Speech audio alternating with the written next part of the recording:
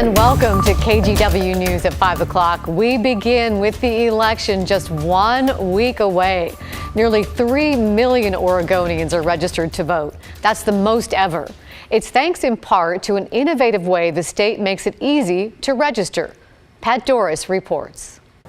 4 years ago, Oregon lawmakers started something called motor voter registration to get more people to vote. It's been wildly successful. It made registering to vote easy. In fact, so easy it happens automatically anytime you go to the DMV for a driver's license, ID, registration, anything. You have to opt out later if you do not want to be registered. Reed College political scientist Paul Gronke is a fan. I am hoping in the long run, as automatic registration moves across the country, that we'll have less polarized political parties because both parties will want to respond to these new voters. Over the past 4 years, the new law has registered a ton of voters in Oregon.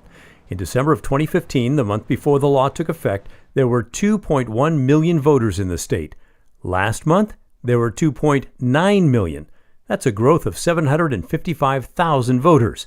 Now, some of that, no doubt, is due to new people moving into the state, but a lot of it is from the motor voter registration law.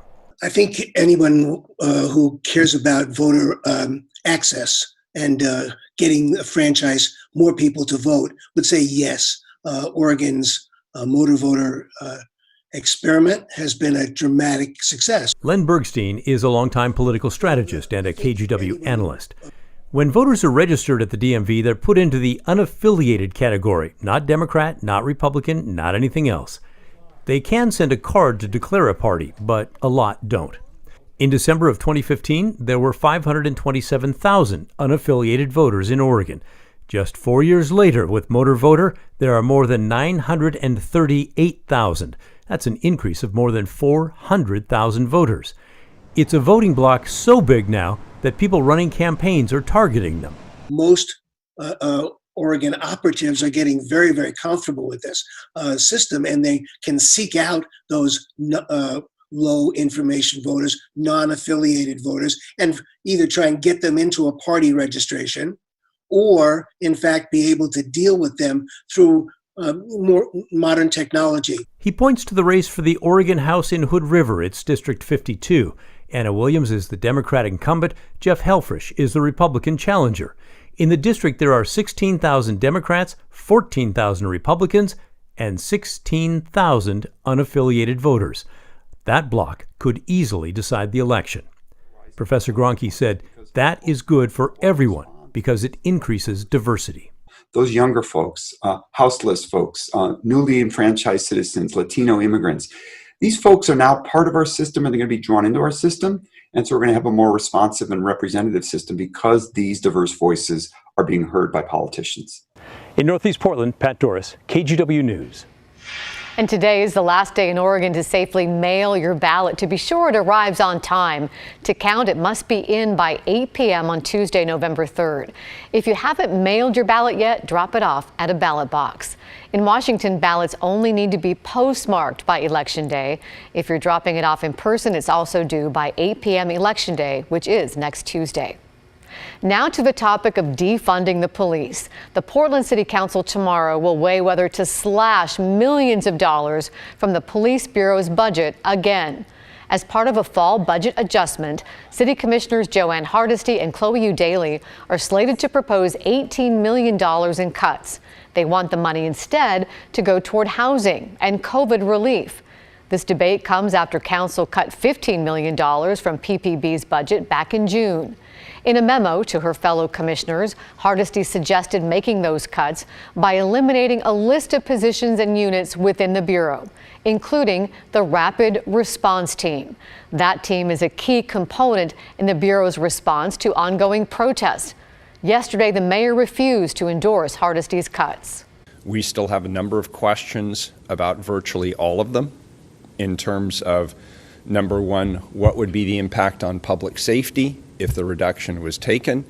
And number two, how did they get the numbers that are on that list of proposals? And I'm not sure that all of those are necessarily accurate. few factors at play. One, His opponent in next week's election, Sarah Iannarone, endorses the cuts. Commissioners will have some time to weigh their options. A final vote on the supplemental fall budget won't take place until next week. Oregon, Washington, and Nevada will join California to independently review any COVID-19 vaccine approved by the FDA. California's governor announced the Scientific Safety Review Work Group last week. The panel of scientists will review the vaccine before it's released to the public. It's not clear exactly what the review entails. In April, Oregon, Washington, California, Nevada, and Colorado formed the Western States Pact to follow similar guidelines in fighting the pandemic and reopening the economy. Today, Oregon reported 391 new cases of COVID-19. This is the 8th straight day with more than 300 new cases. This is the daily case curve you see here, and that dotted line, that is the 2-week average. The state is now at the highest 2-week average since the beginning of the pandemic. 9 more Oregonians have died, raising the death toll in Oregon to 664. Demand is so high, the first round of Portland's new COVID-19 Assistance program ran out in just a few minutes, but there will be another opportunity. The city is giving out 2,800 prepaid debit cards worth $500 apiece. It's meant to help people pay housing expenses. This morning was the first registration opportunity for the first half of those cards. There is another application window on Friday. It starts at 1 p.m. for the rest of those cards. And here's a website you might want to write down. You can go to pdxassist.com to apply. People who qualify for the debit cards will get them sometime next month.